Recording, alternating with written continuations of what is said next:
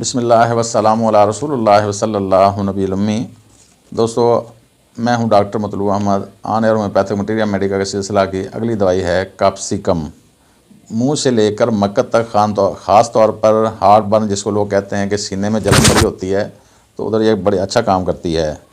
कहीं भी हो, कहीं मेहमानदारी में जाए तो या किसी फंक्शन में जाए तो इसको घर में वापस आने का मलूल रहता है, को टेंशन शुरू हो जाती है कि मैं घर क्यों नहीं पहुंचा। ये घर आने के लिए बेताब होता है, ये घर आना चाहता है। कहीं भी हो घर आने की इसमें बहुत ज़बरदस्त ख्वाहिश पाई जाती है। खुदकशी के ख्याल आते हैं। नाक की नोक इसकी सुर्ख रहती है आमतौर पर।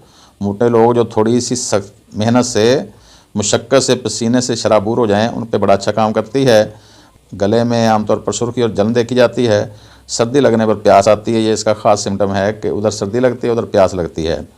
पानी पीते पीते झुरझुरी आती है, लर्जा कह लें आप, यानी एकदम से कांप सा जाता है।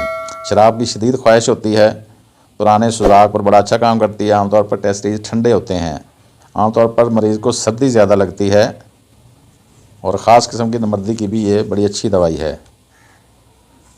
इसके मामून के तौर पर कैलकेरिया, कार, बेलाडोना और एपस को दिया जाता है। तो हम बात कर रहे थे कैप्सिकम पर। वस्सलाम।